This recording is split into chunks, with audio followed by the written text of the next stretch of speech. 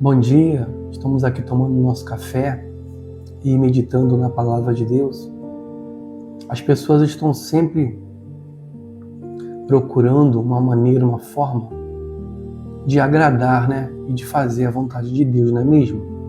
Todos nós temos essa preocupação, porque a gente sabe que a vida passa tão depressa, E cada dia que nós temos de vida significa que nós vamos ter um dia a menos, Porque no relógio da vida, nossos dias vão se passando e a gente sabe que vai chegando perto do final.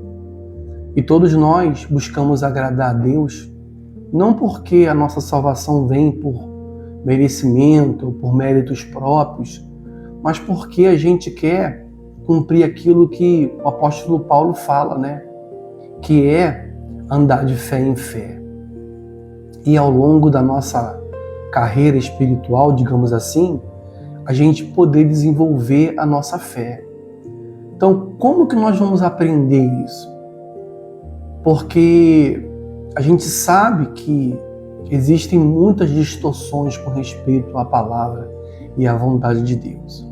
Como saber a quem ouvir, a quem seguir, como fazer, não é mesmo? Essa é a preocupação do cristão. O cristão verdadeiro tem essa preocupação. Nós não somos religiosos. O religioso não tem essa preocupação de fazer aquilo que Deus quer que venha a ser feito.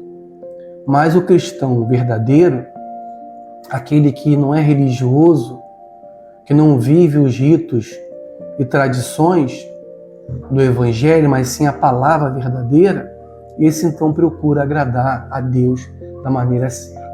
Então, como fazer? O que devemos fazer? Como devemos fazer?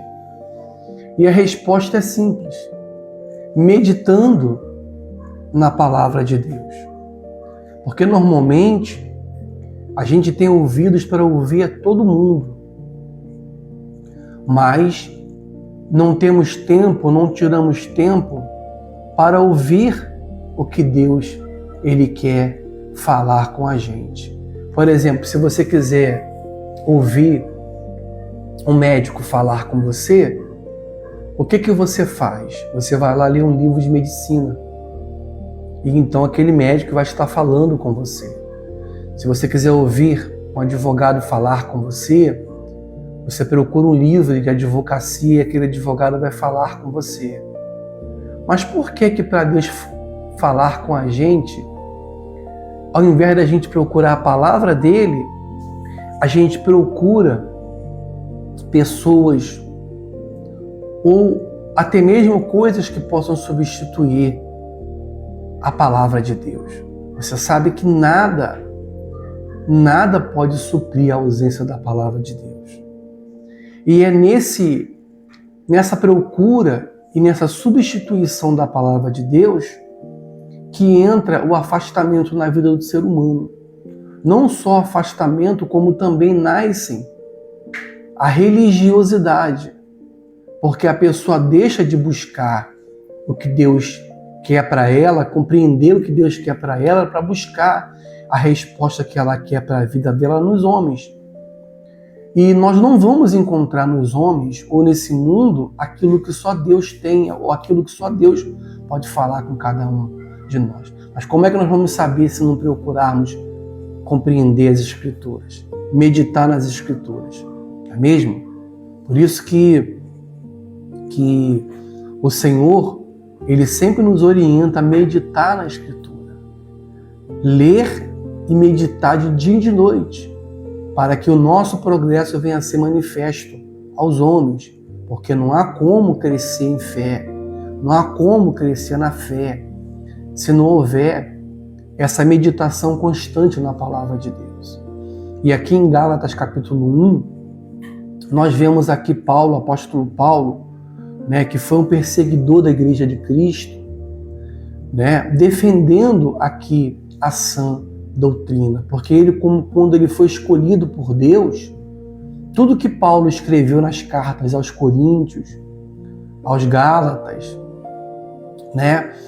Tudo foi inspiração pelo próprio Deus. Não houve ali acréscimos humanos. Não houve ali a vontade humana, a vontade do homem, mas a vontade de Deus. Então, quando nós vamos aqui na palavra buscar a vontade de Deus, aqui está a vontade dele pura, como tem que ser feita, como tem que ser seguida. E quando Paulo chegou ali no capítulo 1 de Gálatas, Paulo então começa a defender ali as verdades do Evangelho, visto que alguns homens judeus que haviam se convertido ao Evangelho, eles estavam introduzindo práticas judaizantes no meio da igreja e levando as pessoas a tirar Jesus do centro, né? Porque o verdadeiro Evangelho é aquele que Jesus é o centro da salvação, não o homem. A verdadeira palavra de Deus é aquela que aponta Jesus como o centro de tudo. Jesus é o centro da salvação, o centro do Evangelho. Então, esses judeus estavam ali introduzindo a circuncisão, né? Introduzindo a prática da lei, a lei de Moisés, como salvação, levando a prática de ritos judaicos. E Paulo, então, ele repreende aquelas pessoas a não seguirem outro evangelho além do evangelho que havia sido posto pelo Senhor Jesus através da vida dele.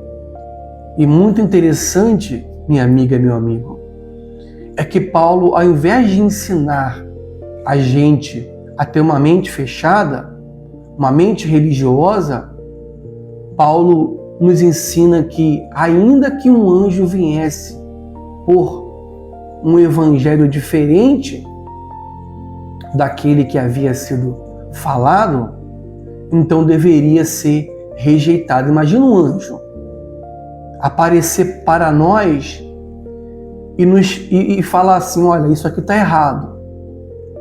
O que vocês devem fazer é isso aqui.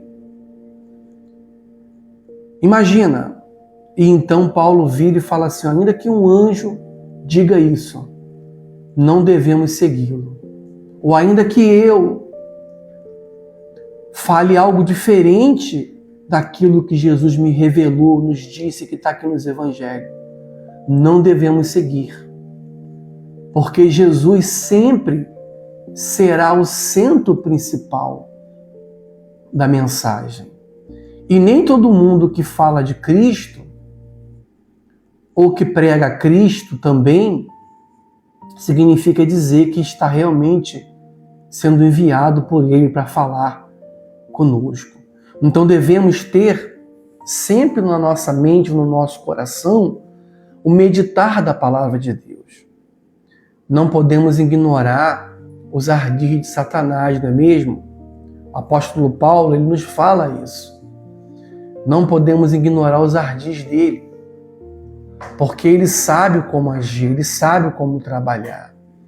E o cristão que não medita, o cristão que não busca o entendimento, o cristão que não mergulha na palavra de Deus, o cristão que não busca desenvolver a sua comunhão com Deus, ele acaba se perdendo. Quanto que nós temos visto aí perdido em meias verdades, vivendo o evangelho de mentira, vivendo para satisfazer o seu próprio ego, o seu próprio coração, distante do evangelho, sabe, resistente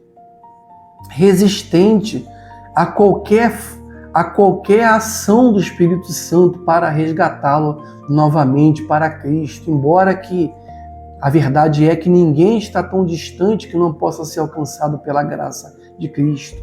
Mas tem muitas pessoas resistentes porque o seu coração e a sua mente já se moldou à vontade humana e tem rejeitado a palavra de Deus.